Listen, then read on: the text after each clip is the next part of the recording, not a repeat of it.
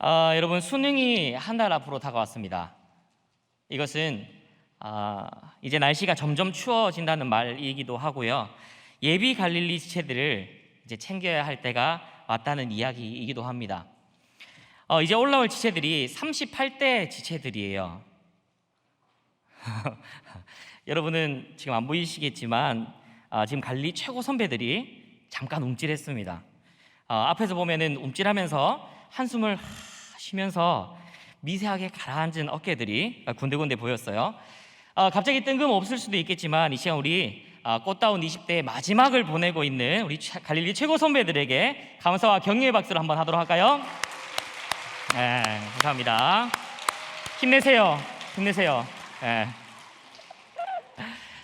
아마도 지금 예비 갈릴리들은 자신에게 29살이 오리라 상상도 못하고 있을 겁니다. 계속해서 모의고사를 보면서 코앞에 있는 수능만 생각하고 있겠죠. 그러나 여러분, 분명한 것은 이들에게도 29살은 찾아오게 되어 있습니다. 어디서 아멘 하는 소리가 들리는 것 같은데. 예수님의 재림만큼이나 분명하게 그날은 반드시 찾아올 거예요. 저도 어릴 때는 저에게 30대가 올 줄 몰랐습니다. 그런데 하는 순간에 벌써 35이 되어버렸습니다. 여러분, 하루하루 아껴 사시기 바랍니다. 제가 오늘 20대의 마지막을 보내고 있는 지체들을 언급하는 것은 이들이 20대의 마지막을 살고 있기도 하지만 갈릴리의 마지막을 살고 있기 때문입니다. 무슨 말이냐? 이들이 갈릴리에서 클라이막스를 보내고 있다는 거죠. 클라이막스는 절정을 말합니다.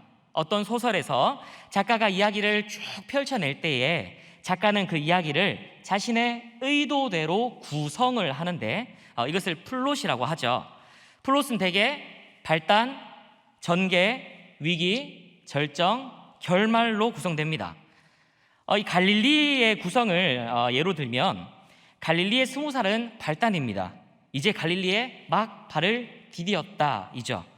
21살에서 26살 정도까지는 전개입니다. 갈릴리의 구성원으로서 학교에서, 직장에서, 자신의 삶에서 열심히 살아가고 있다입니다. 그러다가 26, 7쯤에 위기가 찾아오죠. 졸업은 했는데 취업은 안 되고 하나님이 계신지도 모르겠고 리더로 섬기고 있기는 하는데 지금 이게 맞는지도 모르겠고 현타를 맞이하는 갈릴리의 모습을 보게 됩니다. 그러다가 이제 절정으로 치닫게 되죠. 20대의 끝자락에 와서 이렇게 질문합니다. 나 이렇게 30대 맞이해도 돼?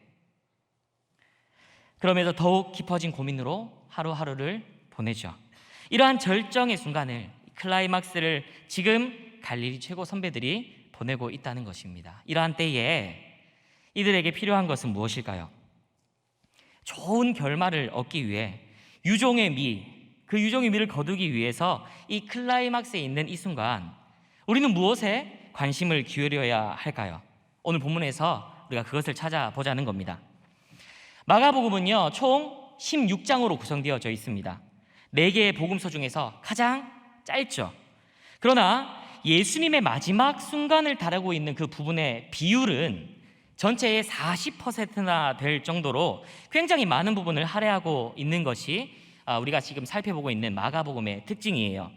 다시 말해서 마가복음 11장에서부터 이어지는 이 6장이 예수님의 위기, 절정, 결말을 다 담아내고 있다는 것입니다. 그 중에서도 특별히 오늘 읽은 본문, 이 본문은 십자가 사건이 기록되어진, 그러니까 절정 중에서도 절정, 이 클라이막스 부분이라 할 수 있다는 것이죠. 예수님은 이 절정의 순간에서, 이 클라이막스에서 어떠한 모습을 우리에게 보여주고 계십니까? 십자가에 달리셨습니다. 많은 모욕과 조롱과 수치를 당하시면서 이 절정의 순간에 십자가를 지셨어요. 예수님이 공생애를 사시면서 보여주신 그 초반의 그 모습들은 어떻습니까? 병도 고치고요, 기적도 행합니다. 정말로 능력의 왕, 유대인의 왕으로 오신 그러한 모습이었는데 이 클라이막스에서 보여주신 예수님의 모습은 무엇입니까? 초라하게 십자가에 달린 모습인 것이죠. 절정의 순간에 당장이라도 하나님께서 천사들을 동원하셔서 십자가에 달리신 예수님을 구원하신다면 그것보다 더 극적인 드라마가 어디 있겠습니까? 그러나 예수님은 한낱 인간의 모습으로, 지극히 연약한 인간의 모습으로 하나님께 철저히 외면당하셨습니다. 여러분, 이 모습을 보면 어떻게 예수님을 왕이라 생각할 수 있었겠습니까? 사실 이게 솔직한 당시 사람들의 반응이었을 거예요. 그렇다면 예수님은 왜 이러한 절정의 순간에, 왜 이 클라이막스에, 왜 십자가에 달리시기로 결정하신 것일까요? 왜 힘없이 연약한 한낱 인간의 모습으로서 십자가를 지기로 결정하신 것일까요? 예수님은 우리를 구원하시기 위해서 십자가 지신 줄 믿습니다. 아멘이십니까? 아멘. 우리에게 생명 주시기 위해서 십자가 지신 줄 믿습니다. 아멘. 아멘. 아멘. 영화에서 마지막 순간에 비극적 죽음을 선택한 주인공의 결정이 진한 여운으로 남는 경우가 있습니다. 그것처럼 예수님도 이러한 절정의 순간에 십자가에서 죽음을 선택하심으로 오늘날 우리들에게까지 그러한 진한 여운을 남겨주고 계십니다. 그러나 여러분, 꼭 기억하십시오. 영화나 드라마에서 마지막 순간에 죽음을 선택한 이 주인공의 죽음, 이 죽음도 여운을 남기는 죽음이지만 예수님의 십자가 지심은 차원이 다른 죽음이라는 것을 우리는 기억해야 합니다. 그것은 죽음을 죽이는 죽음이고, 그것은 생명을 살리는 죽음이었습니다. 예수님은 자신의 목숨을 내어주시려고 이 땅에 오셨어요. 마가는 그것을 이렇게 기록하고 있습니다. 인자가 온 것은 섬김을 받으려 함이 아니라 도리어 섬기려 하고 자기 목숨을 많은 사람의 대속물로 주려 함이니라. 이처럼 예수님의 클라이막스는 많은 사람들에게 진한 여운을 남겼습니다. 그 여운은 2000년이 지난 지금도 여전히 우리에게 영향을 미치고 있죠. 여운이라는 단어의 뜻은 떠난 사람이 남겨놓은 좋은 영향을 말합니다. 예수님이 남겨놓으신 여운, 그 여운은 오늘날 우리들에게 어떠한 영향을 주고 있는 것입니까?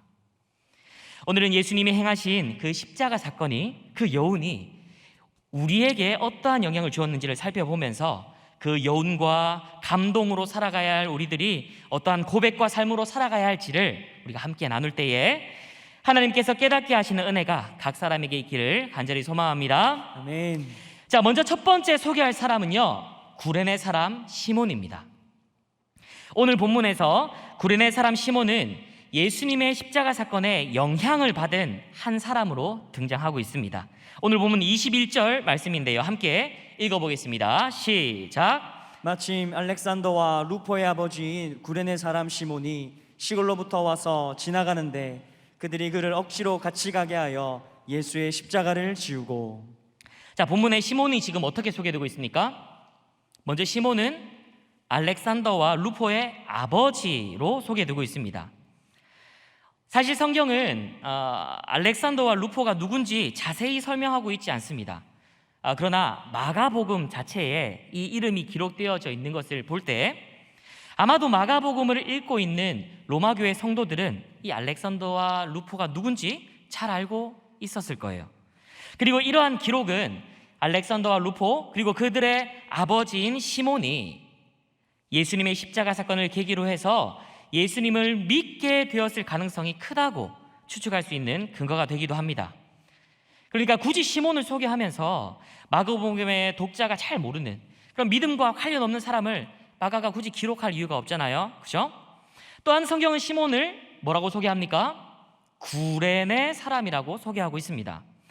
이 구레네는 북아프리카에 있는 작은 도시인데 시몬이 이곳 구레네에서 왔다는 것입니다. 자, 그런데 예수님이 십자가를 지고 있는 이곳은 어디예요? 예루살렘이죠. 다시 말해 시몬은 지금 구레네에서 멀리 떨어진 이 예루살렘까지 와 있는 것입니다. 여러분, 구레네 사람이 왜 예루살렘에 있는 것입니까? 학자들은 아마도 이 시몬이 유월절을 위해서 예루살렘 성을 방문한 구레네에 살고 있는 한 유대인이었을 것이다 라고 추측합니다.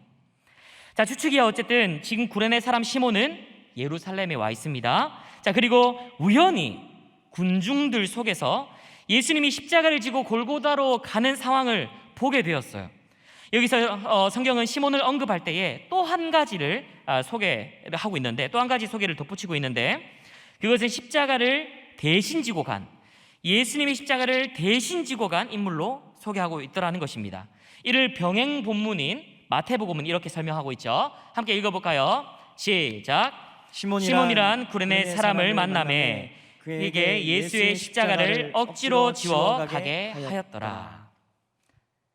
이러한 기록 때문인지 구레네 사람 시몬은 예수님이 십자가를 대신 지고 간 인물이었지만 어떻게 해요? 억지로 지고 간 자라고 기억되어져 있습니다. 예수님이 십자가를 대신 지고 갔지만 이 마태복음에도, 또 우리가 본문으로 읽은 이 마가복음에도 시몬은 십자가를 억지로 지고 간 인물로 묘사되어져 있습니다. 억지로. 이것은 자발성이 아닌 강제로 떠맡았다라는 거죠. 자, 그런데 그럴 것이, 여러분, 누가 나서서 감히 예수님의 십자가를 대신 지겠다고 그렇게 용기 낼 수 있었겠습니까? 대역 죄인의 십자가를 대신 지겠다고 나섰다가는 십자가에 같이 달릴 수도 있잖아요. 불똥 튈 수도 있잖아요. 쉽게 나설 수 없는 상황인 것입니다. 이러한 상황 가운데 시몬은 십자가를 강제로 떠맡게 되었습니다. 그렇게 강제로 떠맡게 된 것은 아마도 예수님께서 더 이상 십자가를 지고 골고다를 오를 수 없을 만큼 아주 쇠약해진 상태였을 것이기 때문입니다. 이것은 이전부터 받으신 그 수많은 고문들, 채찍들 때문이겠죠. 이 시몬이 졌던 십자가는요, 가로기둥과 세로기둥이 있습니다. 이 십자가는 가로기둥과 세로기둥이 있는데, 이 가로기둥을 파티불룸이라고 하고 세로기둥을 스타티쿨룸이라고 합니다. 보통 십자가형을 당하는 죄인은 십자가 전체를 지는 것이 아니라 이 가로기둥 파티불룸을 지는 것인데요. 여러분, 파티불룸, 가로가 깁니까? 세로가 깁니까? 세로가 더 길죠. 짧은 그 가로기둥만 해도 좋게 2m는 넘는다고 합니다. 그리고 무게는 50kg가 넘는다고 해요. 그런데 이 파티불룸, 이것을 전신에 채찍질을 당한 사람이 이 무게를 감당할 수 있었겠습니까? 그러기 어려웠을 겁니다. 그래서 로마 군인들은 예수님을 대신해서 시몬에게 억지로 십자가를 지웠던 것이죠. 자, 여러분, 한번 생각해 보십시다. 만약에요, 여러분에게 이렇게 갑자기 십자가를 억지로 지웠다면 여러분은 어떨 것 같습니까? 어쩌면 시몬은 스스로를 생각하기에 지독하게도 운이 없는 사람이라고 그렇게 생각했을 것입니다. 구레네에서 예루살렘까지 왔어요. 그리고 정말로 우연히 예수님이 십자가를 지고 골고다 언덕을 향해 가는 것을 봤는데, 그리고 보다가 정말 우연히 수많은 사람들 가운데서 나를 불러내어 십자가를 강제로 지웠다는 것입니다. 정말로 운이 없는 사람이라 생각하지 않았겠어요? 내가 왜 십자가를 져야 돼? 라고 말하면서 억울해할 수 있는 상황이었을 것입니다. 그러나 상황을 보니 물을 수 있습니까? 없습니까? 물을 수 없어요. 선택받은 거 물을 수도 없고, 만약에 물렀다가는 잘못하면 나에게도 큰일이 생길 수도 있겠다라고 생각했을 겁니다. 그래서 성경은 별다른 언급 없이 시몬이 억지로 지워진 그 십자가를 지고 올라갔다라고 말합니다. 그런데 여러분, 여기에 반전이 있습니다. 시몬은 억지로 십자가를 졌지만 시몬은 예수님의 명령에 문자적으로 준행한 첫사람이 된 것입니다. 무슨 말입니까? 마가는 성경 곳곳에서 자기 십자가를 지고 나를 따르라는 예수님의 명령을 강조를 하고 있습니다. 다시 말해 제자도를 강조하고 있다는 것이죠. 그러나 제자도는 예수님의 제자들조차 따르기 쉽지 않은 것이었습니다. 예수님께서 잡히실 때에 주위에 남아있는 제자들은 없었어요. 다 떠났습니다. 자기 십자가를 지기 싫어서, 무서워서, 두려워서 모두들 예수님과 함께 십자가 지기를 거절한 것입니다. 그런데 우연찮게도 시몬은 예수님의 명령을 준행한 첫사람이 된 것이죠. 억지로 십자가를 지게 되었으나 그 십자가를 내려놓지 않고 예수님과 함께 골고다 언덕을 올라갔더니 예수님의 명령을 준행한 첫사람이 되었더라는 것입니다. 이후 성경은 시몬을 조명하고 있지 않습니다. 그러나 십자가를 얼떨결에 지고 올라간 이후에 시몬은 알았을 거예요. 십자가에 못 박히신 이분이 정말로 하나님의 아들 예수 그리스도시구나. 내가 이분의 십자가를 짊어졌다니. 그리고 예수를 믿게 된 이후에 자신의 아들들 알렉산더와 루포에게도 예수를 전했을 것입니다. 그 기록이 오늘 우리가 보고 있는 마가복음에 쓰여져 있는 것이죠. 어떻게요? 로마 성도들이 다 알만한 믿음의 사람 알렉산더와 루포의 아버지 구레네 사람 시몬이 예수의 십자가를 지고 갔다.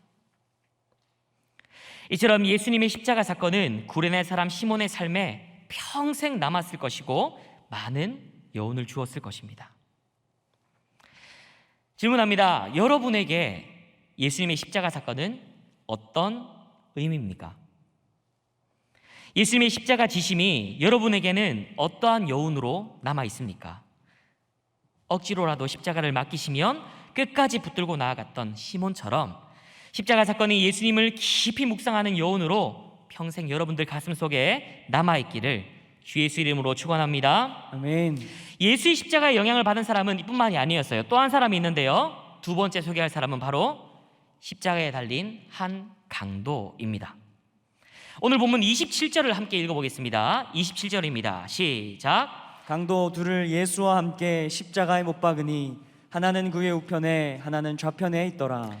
예수님은 제3시가 되어서 십자가에 못 박히셨어요. 제3시는 오늘날로 보면은 오전 9시입니다. 오전 9시에 두 강도와 함께 십자가에 못 박히신 것입니다. 자, 그런데 마가복음은 예수님 좌우편에 달린 강도에 대해서 십자가에 못 박혔다, 거기까지만 이야기하고 더 이상 길게 언급하지 않고 있어요. 다만 32절에 함께 십자가에 못 박힌 자들도 예수를 욕하더라 라는 예수님에 대한 그들의 태도만 기록할 뿐입니다. 예수님과 함께 십자가에 달린 그 강도들의 이야기를 우리가 조금 더 자세히 살펴보기 위해서는 누가복음의 기록을 살펴봐야 됩니다. 누가복음의 상황을 살펴보면 십자가에 달린 강도 중에 한 강도가 예수님의 십자가 사건에 깊은 영향을 받았음을 확인해 볼 수 있습니다.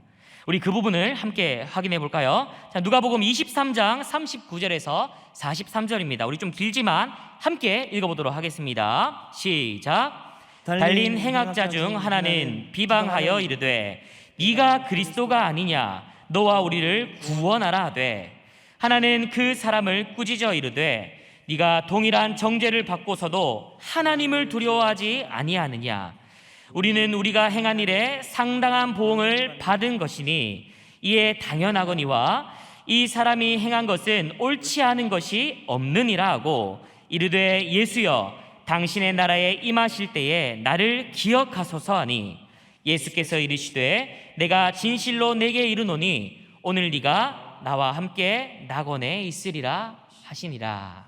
아멘. 누가복음은 복음서 중에 유일하게 예수님 좌우편에 함께 달린 강도들의 대사를 기록하고 있습니다. 이들의 이야기를 살펴보면 한 사람은 예수님을 비방했고 다른 한 사람은 예수님께 자신을 기억해 달라고 요청했습니다. 인생의 끝자락에서 이렇게 상반된 반응을 보인 두 강도, 결국 어떻게 되었습니까? 성경은 예수님을 비난했던 강도에 대해서는 별다른 언급이 없습니다. 아마도 그냥 십자가 위에서 서서히 죽어갔겠죠. 그러나 예수님을 향하여 당신의 나라에 임하실 때에 나를 기억해 달라고 말했던 그 강도는 어떻게 되었습니까? 구원받았습니다. 오늘 네가 나와 함께 낙원에 있으리라라는 천국 약속을 받게 된 것입니다. 이 강도 어떻게 천국 약속받게 되었습니까? 천국을 약속받은 강도가 뭐라고 이야기했죠? 다른 강도를 향해서 하나님을 두려워하지 아니하느냐, 이 사람 예수님이죠. 이 사람이 행한 것은 옳지 않은 것이 없느니라. 그리고 예수님을 향해서는 뭐라고 말합니까? 예수여 당신의 나라에 임하실 때에 나를 기억하소서. 무엇입니까? 하나같이 하나님을 인정하는 고백, 예수님을 지지하는 고백, 하나님 나라의 임재에 대한 고백인 것입니다. 인생의 마지막에 예수님이 누구신지 알게 되었고 그것을 고백했더니 하나님 나라를 약속받게 되었더라는 것입니다. 십자가에 달릴 정도의 행악자였던 그가 어떻게 이런 고백을 할 수 있었을까요? 그것은 그것은 십자가를 지시는 마지막 순간에 하신 예수님의 말씀 때문이었을 것입니다. 무슨 말이냐? 조금 더 위로 올라가면 마가복음에서는 볼 수 없는 십자가상에서 하신 예수님의 말씀이 나옵니다. 누가복음 23장 34절인데요. 함께 읽어보겠습니다. 시작. 이에 예수께서 이르시되 아버지여 저들을 사하여 주옵소서 자기들이 하는 것을 알지 못함이니이다 하시더라. 지금 두 행악자들은 예수님과 함께 십자가에 못 박힌 상황입니다. 이러한 상황 가운데에서 행악자들은 예수님을 조롱하는 자들, 비웃는 자들, 그리고 예수님의 옷을 나눠 가지기 위해 제비 뽑는 그런 비참한 상황을 다 지켜봤을 거예요. 그러한 상황 가운데에 지금 예수님은 하나님께 기도하는 것입니다. 아버지여 저들을 용서하여 주옵소서 자기들이 하는 것을 알지 못함이니이다. 지금 욕을 해도 모자랄 상황 가운데에서 예수님이 지금 어떻게 하시는 겁니까? 오히려 예수님을 조롱하는 자들을 용서해 달라고 하나님께 기도하고 있는 것입니다. 이것은 인간이 할 수 있는 용서의 수준을 뛰어넘는 하나님만이 하실 수 있는 용서와 사랑인 것이죠. 아마도 행악자 중 이 한 사람은 이러한 예수님의 태도에 깊은 감명을 받았을 것입니다. 그리고 깨닫게 된 것이죠. 아, 이분이야말로 정말로 하나님의 아들 예수 그리스도시구나. 여러분, 십자가는 능히 사람을 변화시키는 줄 믿으시기 바랍니다. 아멘. 인생의 끝자락에 있는 이 행악자라 할지라도 십자가에 달리신 예수님을 제대로 바라보니 어떻게 되었습니까? 천국을 약속받게 되었습니다. 이렇듯 예수님의 십자가는 행악자에게도 깊은 여운을 남긴 사건임이 확인되었습니다. 다시 한번 질문합니다. 여러분에게 예수님의 십자가는 어떤 의미입니까? 예수님의 십자가 지심이 여러분에게는 어떠한 여운으로 남아 있습니까? 십자가상에서도 죄인들을 용서하신 예수님의 깊고도 넓은 사랑이 여러분들 가슴속에 진한 여운으로 남아있기를 간절히 소망합니다. 아멘. 예수님이 십자가 사건에 영향을 받은 마지막으로 소개할 사람은요, 예수를 향하여 섰던 백부장입니다. 백부장은 100명의 병사를 거느릴 수 있는 지휘관이에요. 이 백부장은 아마도 십자가 처형을 수행하는 그 로마 군대의 책임을 맡은 사람이었을 것입니다. 그런데 로마 군대의 지휘관인 백부장이 입술에서 지금 어떤 고백이 터져 나오는 것입니까? 이 사람은 진실로 하나님의 아들이었도다. 뭐라고요? 이 사람은 진실로 하나님의 아들이었도다. 예수님을 하나님의 아들로서 인정하는 이 고백이 이방인의 입술을 통해서, 로마 군대 백부장의 입술을 통해서 터져 나오고 있는 것입니다. 여러분, 이런 말도 안 되는 일이 어떻게 가능하게 된 것입니까? 이 모든 일은 예수님의 십자가 때문인 줄 믿습니다. 그 여운이 이것을 가능하게 했다는 거예요. 여러분, 백부장의 고백이 담겨있는 39절 전체를 다시 한번 읽어보면서 어떻게 그렇게 고백할 수 있었는지를 확인해 보도록 하시겠습니다. 39절입니다. 함께 읽습니다. 시작. 예수를 향하여 섰던 백부장이 그렇게 숨지심을 보고 이르되 이 사람은 진실로 하나님의 아들이었도다 하더라. 아멘. 이 백부장이 예수님을 하나님의 아들로 고백할 수 있었던 이유가 무엇입니까? 그렇게 숨지심을 받기 때문입니다. 예수님께서 어떻게 죽으셨는지, 그리고 그때 일어난 일들을 다 봤기 때문에 예수님을 하나님의 아들로 고백할 수 있었다는 것입니다. 여러분, 예수님께서 어떻게 죽으셨습니까? 십자가에 못 박혀 죽으셨습니다. 아무런 저항도 하지 않으셨고 담담히 자신이 져야 할 십자가를 지셨습니다. 많은 사람들은 예수님을 조롱했습니다. 그가 남은 구원하였으되 자기는 구원할 수 없도다. 이스라엘의 왕 그리스도가 지금 십자가에서 내려와 우리가 보고 믿게 할지어다. 여러분, 예수님은 당장에라도 그러실 수 있는 분이셨지만 예수님은 모든 조롱과 고난을, 그 모욕을 고스란히 다 받으셨어요. 그리고는 십자가에서 숨을 거두셨습니다. 성경은 예수님이 십자가에서 죽으실 때에 온 땅에 어둠이 임했다고 말하고 있습니다. 제6시는 한낮인 정오입니다. 정오. 해가 중천에 떠 있어야 할 그 시간에 어둠이 임한 것이죠. 그리고는 제9시에 소리 지르면서 숨을 거두셨습니다. 그때의 장면을 우리 함께 읽어보도록 하겠습니다. 34절입니다. 함께 있습니다. 시작. 제9시에 예수께서 크게 소리 지르시되 엘리 엘리 라마 사박다니 하시니, 이를 번역하면 나의 하나님 나의 하나님 어찌하여 나를 버리셨나이까 하는 뜻이라. 어떤 사람은 이 이야기를 듣고 엘리야를 부른다라고 말했습니다. 그러나 이것은 하나님을 부르는 소리였죠. 하나님 어찌하여 나를 버리셨나이까. 예수님은 아버지와의 극심한 단절을 온전히 경험하고 계셨던 것입니다. 이 세상의 죄를 위한 대속물로서 고난받으시며 철저하게 하나님께 외면당하고 계신 것이죠. 아마도 백부장은 이러한 모든 과정을 다 지켜봤을 것입니다. 온 땅에 어둠이 임한 이러한 이상한 상황을, 그리고 하나님께 부르짖는 이 예수님의 모습을, 그리고 이때에 일어난 모든 천재지변, 이것을 다 지켜봤을 거예요. 마태복음에는 예수님이 숨을 거두실 때의 상황을 조금 더 자세하게 묘사하고 있습니다. 우리 이 부분을 함께 읽어볼까요? 시작. 이에 성소 휘장이 위로부터 아래까지 찢어져 둘이 되고 땅이 진동하며 바위가 터지고, 백부장과 및 함께 예수를 지키던 자들이 지진과 그 일어난 일들을 보고 심히 두려워하여 이르되 이는 진실로 하나님의 아들이었도다 하더라. 예수님께서 숨지실 때에 무슨 일이 일어났습니까? 성소 휘장이 찢어졌습니다. 땅이 진동합니다. 바위가 터집니다. 지진이 일어났어요. 이 일들을 본 사람이 심히 두려워할 정도로 큰 천재지변이 일어나고 있는 것입니다. 이러한 기이한 일들을 일어남을 보았기 때문에 백부장이 뭐라고 고백한다고요? 이 사람은 진실로 하나님의 아들이었도다. 성소 휘장은 하나님이 계시는 지성소와 성소를 구분하는 휘장입니다. 그런데 예수님께서 숨을 거두실 때에 이 성소 휘장이 위에서 아래로 찢어져서 둘이 되었다라고 말하고 있습니다. 찢어져서 둘이 되었다라는 것은 완전히 찢어진 것을 말하죠. 성소 휘장은 예수님의 몸을 상징합니다. 다시 말해서 예수님은 성소 휘장처럼 십자가에서 자신의 몸을 찢으심으로 지성소, 즉 하나님의 임재로 나아갈 수 있도록 우리에게 길을 열어주신 것입니다. 마가는 예수님의 십자가 사건이 바로 우리들에게 이러한 길을 열어주었다, 이것을 말해주고 있습니다.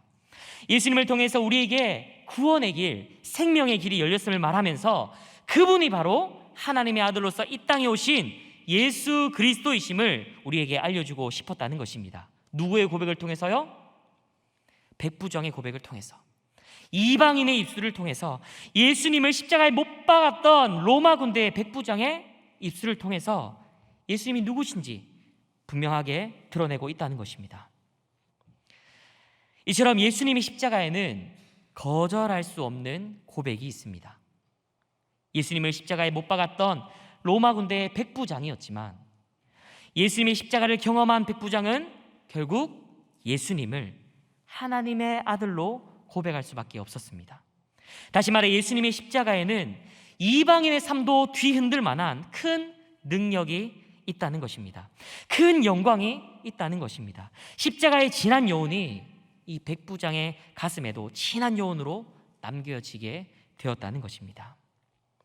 자, 이제 여러분들 차례입니다. 마지막으로 한 번 더 여러분들에게 질문하겠습니다. 여러분에게 예수님의 십자가는 어떤 의미입니까? 백부장의 고백들처럼 여러분들 가슴 속에도 진한 여운으로 남아 있습니까? 아니면 한낱 나무 기둥에 불과합니까? 말씀의 결론을 맺겠습니다. 여러분, 속담 중에 이러한 속담이 있습니다. 호랑이는 죽어서 가죽을 남기고 사람은 죽어서 이름을 남긴다. 무슨 뜻입니까? 사람은 살아있는 동안에 훌륭한 일을 하여서 후세에 명예로운 이름을 남겨야 한다는 뜻입니다. 여러분, 예수님은 죽어서 우리에게 무엇을 남기셨습니까?